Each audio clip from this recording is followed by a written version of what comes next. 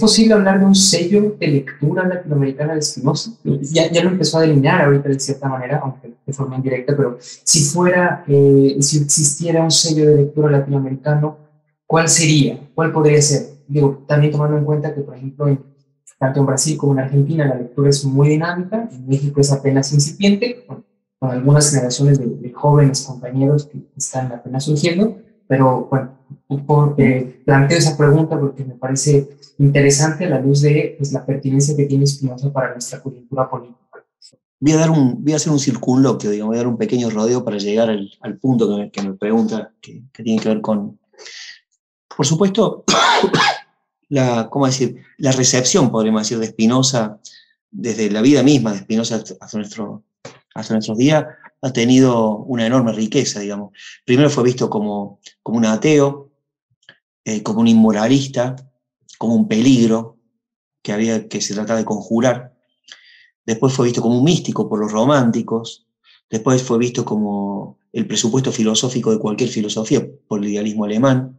Como un dogmático por Kant antes. La izquierda hegeliana lo toma de manera muy sustantiva. El propio Marx, digamos, ¿no? Tiene un momento spinoziano que va a ser fundamental. Bueno, por supuesto, en el siglo XX nosotros tenemos, es muy importante el vínculo y problemático el vínculo con la filosofía judía. Spinoza en Weimar tiene una intensidad muy particular. Bueno, y así sucesivamente hasta llegar a un momento en el cual, de alguna manera, el renacimiento de Spinoza tiene de nuevo, una intensidad muy particular, que es la década del 60 en Francia en particular, ¿no? Muchas veces ha sido dicho de que Spinoza fue el filósofo de mayo del 68, ¿no? En el sentido, un filósofo del deseo, un filósofo que de alguna manera permitía sortear todos los burocratismos de los partidos tradicionales, el Partido Comunista en particular, francés, y que habría una manera de comprender la política y una manera de comprender la vida que era acorde, digamos, con lo que estaba sucediendo allí, ¿no? Y hay libros muy importantes que surgen precisamente ese año. Por ejemplo, la tesis doctoral de Gilles Deleuze, que se llama Spinoza y el problema de la expresión, creo que es del 68. Un libro de Alexandre Materón, Individuo y comunidad en Spinoza, es del 68. Bueno, y así otros. Pero sobre todo tuvieron mucha importancia los seminarios de Althusser de mitad de la década del 60.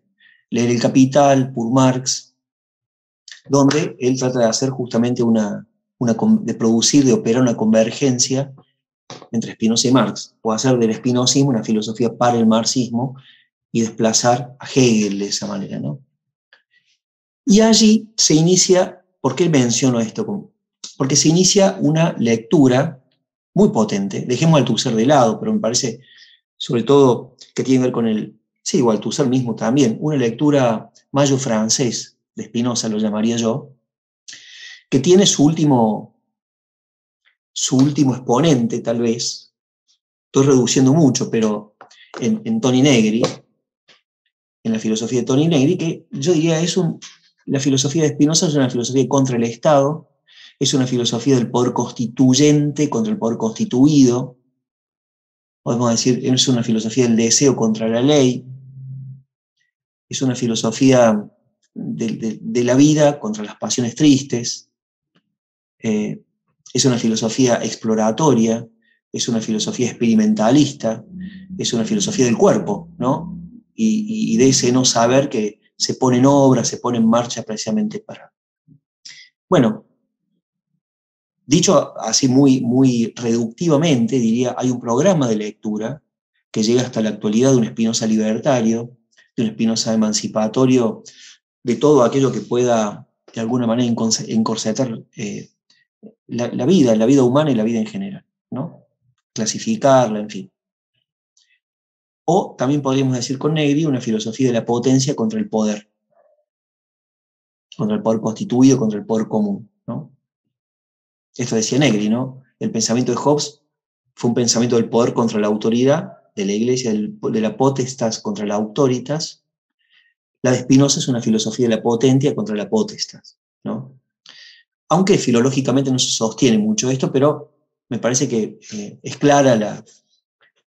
Ahora, a mí me parece, esta es mi opinión, y creo que con un conjunto de compañeras, de compañeros de la Argentina, de Brasil y de otros lugares de América Latina, esta es una tradición de lectura, por supuesto, importantísima, digamos. No solamente importantísima, ineludible, insuperable, es una tradición de lectura que debe animar siempre, me parece a mí, todo el imaginario espinosista, ¿no? Ahora, me parece que en América Latina es posible iniciar otro programa de lectura, no digo contradictorio y no digo alternativo, o con un pequeño desvío de este que acabo de escribir recién, un programa de lectura que tome en cuenta ciertos elementos de Spinoza a la luz de ciertos acontecimientos políticos que se han producido en América Latina de reciente, y no tanto, ¿no? Que de alguna manera relativizaría esta distinción tan tajante entre la potencia y la potestas, y llevaría en cambio a pensar la democracia de otro modo, como un juego en el cual yo lo diría de esta manera. Pensar una democracia, quiero decir, ¿qué sería un Spinoza a la luz de las experiencias de gobiernos populares como han tenido lugar y tienen lugar en América Latina todavía? Y también es muy interesante pensar un espinosismo de la resistencia cuando hay una restauración conservadora que de alguna manera desplaza o interrumpe las experiencias populares que se habían iniciado, ¿no? Me parece que Spinoza tiene una fecundidad porque permite las dos cosas. Hay un espinozismo afirmativo que permite un constructivismo político emancipatorio, no solamente anarquista, en sentido filosófico, y por otra parte hay un espinozismo de la adversidad, lo llamaría yo un espinozismo de la adversidad, que permite, sí, mantener vivo la acción, una vida activa y el pensamiento en momentos en los cuales él hablaba de imperium violentum, ¿no? Hay situaciones que no permiten esa construcción democrática, ¿no? Este juego me parece muy interesante en Spinoza. Ahora, yo diría que uno puede pensar con Spinoza las democracias latinoamericanas como la Constitución, como la activación de un poder constituyente. Spinoza habla de una potencia democrática de la multitud en el tratado político, como fundamento del orden político y como fundamento de las instituciones políticas y de la ley. Y por otra parte, eso precisamente prospera en formas, en instituciones, que lejos de reprimirla, o lejos de alguna manera de neutralizarlas, de limitarla, de despotenciarla, lo que hace es extenderla y darle plenitud. Por ejemplo, a mí me parece que el concepto de derecho natural es un concepto muy importante en Spinoza que nosotros podemos pensar con mucho provecho en América Latina. El derecho natural es el derecho, digamos, que naturalmente todas las personas, es la potencia de todas las personas para pensar, para obrar, para hablar, para lo que fuera, ¿no? Ahora, Spinoza dice que en una situación prepolítica o en estado natural, ese derecho natural es mínimo, o es abstracto, o es casi inexistente, o directamente inexistente. Solo se puede postular, digamos, como un ente razón. En tanto que en la ciudad o en la sociedad política es que ese derecho natural se vuelve concreto o se vuelve realmente existente. Y máximamente si esa sociedad es democrática, porque la democracia en Spinoza es una forma de vida colectiva en la cual, digamos, está más cerca que otras formas de vida de la naturaleza de las cosas o de los derechos naturales de las personas. Es lo que permite la expresión, no inmediata, sino institucional, del derecho naturalmente dado. Entonces, a mí me parece que en América Latina es muy importante pensar con Spinoza, por supuesto, una potencia constituyente, pero también una forma de institucionalidad que tiene que ver con la producción de leyes, que tiene que ver con la producción de instituciones y la producción de un Estado, ya no como poder, también es el poder, por supuesto, no hay, es necesario no olvidarse nunca lo que decía Marx del Estado, ¿no? El Estado es también la policía, la represión, el Estado es un instrumento de una clase, pero pensarlo como objeto, como lugar de disputa, y como también posibilidad de contrapoder, donde los poderes se han desplazado hacia formas invisibles, hacia formas internacionales, hacia formas, digamos, que tienen una eficacia muy grande, y el Estado tiene la posibilidad, no la necesidad, de ser eso, un lugar de disputa y un lugar en el cual, digamos, los sectores populares tengan algún tipo de injerencia y de acción para producir, no sé, instituciones y leyes, ¿no? Entonces me parece que por ahí habría una vía de lectura y que hay muchos elementos en Spinoza, porque Spinoza es un pensador también del Estado y del poder común, no solo de aquello que se enfrenta al Estado. Por supuesto habla de qué es lo que sucede cuando un Estado se constituye o se establece contra su origen, que es un poder constituyente. Pero lo que él llama democracia es precisamente un conjunto de instituciones que lo que hacen es extender, es incrementar, es radicalizar el derecho natural o la potencia, eso que Spinoza llama potencia de la multitud. Entonces, a mí me parece que aquí tenemos una vía para pensar una democracia en la cual las instituciones estén a una distancia mínima del poder, la potencia que le da origen. O, para decirlo de otra manera, la democracia spinoziana es aquella en la cual la potencia popular o la potencia democrática de la multitud es causa eficiente inmanente, no trascendente, es decir, permanece en ellas, de las instituciones.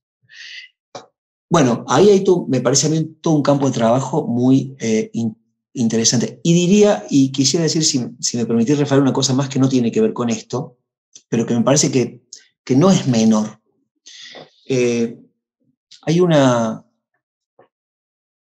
Tiene que ver con la cuestión de las lenguas.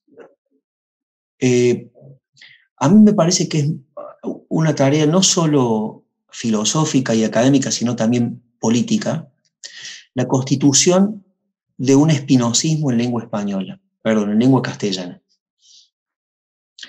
¿Esto qué significa? Las lenguas no son per se filosóficas o no filosóficas, ¿no?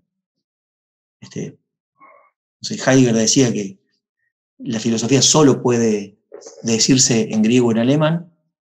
Desde el punto de vista heideggeriano es verdad, fue muy discutida esta frase, por supuesto, pero, digamos, hay que ver qué entiende Heidegger por filosofía, pero uno podría decir, las lenguas devienen filosóficas o devienen científicas en la medida en que hay una comunidad de personas que trabajan en filosofía y que hacen un trabajo sobre esa lengua para volverlas filosóficas. En nuestro caso, para volverlas espinosistas, ¿no?